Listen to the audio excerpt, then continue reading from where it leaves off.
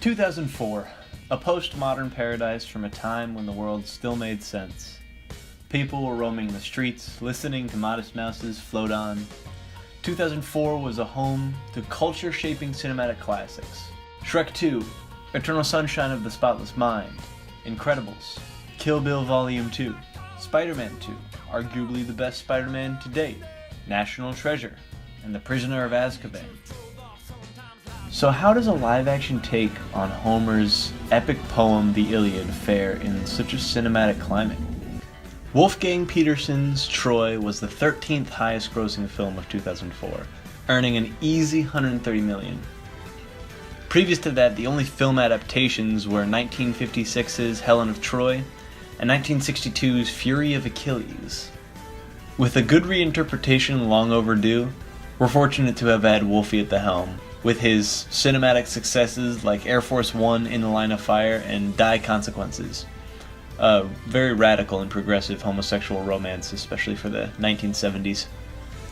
His most successful project, Das Boot, a 6-part miniseries, it told the story of a German U-boat in World War II, assuring audiences of Petersen's action chops as a director. Not to mention, he was armed with a star-studded cast and a script written by none other than David Benioff, who later went on to write medieval action hit Game of Thrones, maybe taking a little inspiration from the set of Troy. Needless to say, Troy was on track to be not only a true adaptation of the source material, but also an entertaining standalone body of work. So, does Troy hold up against potentially one of the most important works in literary history? Before I go any further, there's a lot of characters at play here. For clarity's sake, here are the important characters in Troy. Achilles, Agamemnon,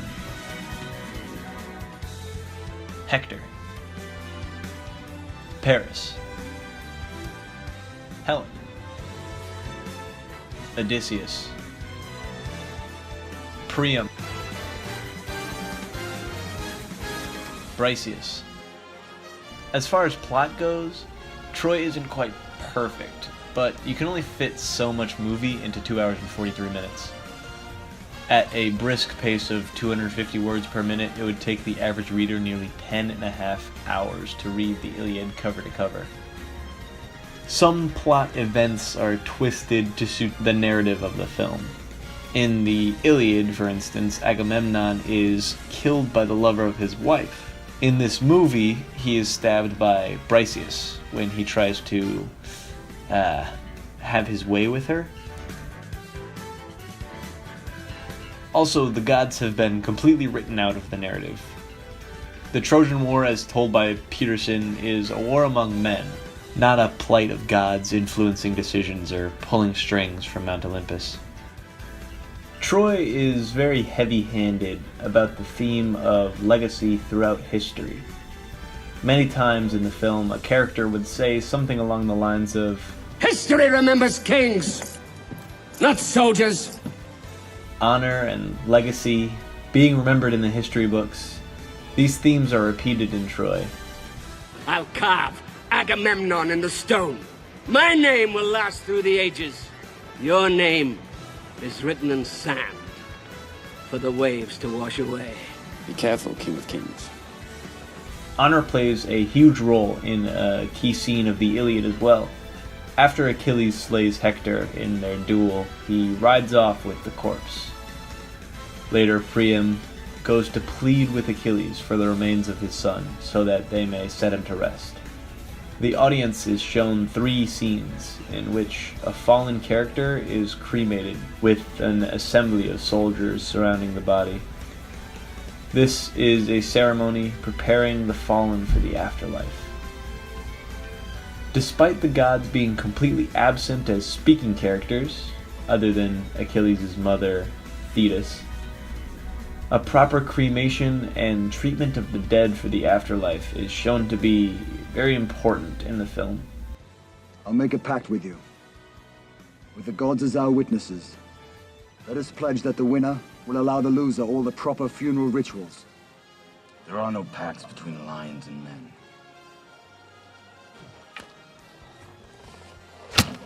The main climax of the Iliad, and of Troy too, is when Priam meets his enemy and simply wants to lay his son's soul and body to rest. Achilles' anger and grief is quelled by a man in the same position as he is, mourning. The Iliad reads, "So Priam spoke, and stirred in the other a passion of grieving for his own father. Priam sat huddled at the feet of Achilles, and wept close for manslaughtering Hector. And Achilles wept now for his own father, now again for Patroclus. The sound of their mourning moved in the house." At its core, the Iliad is a story of an empathetic bond between enemies over the losses of a war that neither of them started, represented by the best written scene of the entire film. I knew your father. He died before his time, but he was lucky not to live long enough to see his son fall.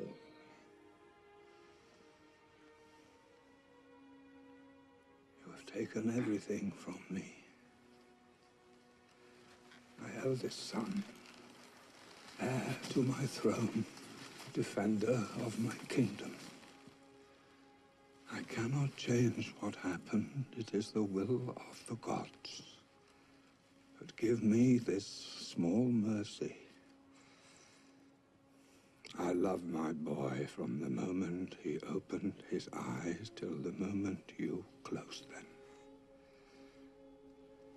Let me wash his body. Let me say the prayers. Let me place 2 coins on his eyes for the boatman.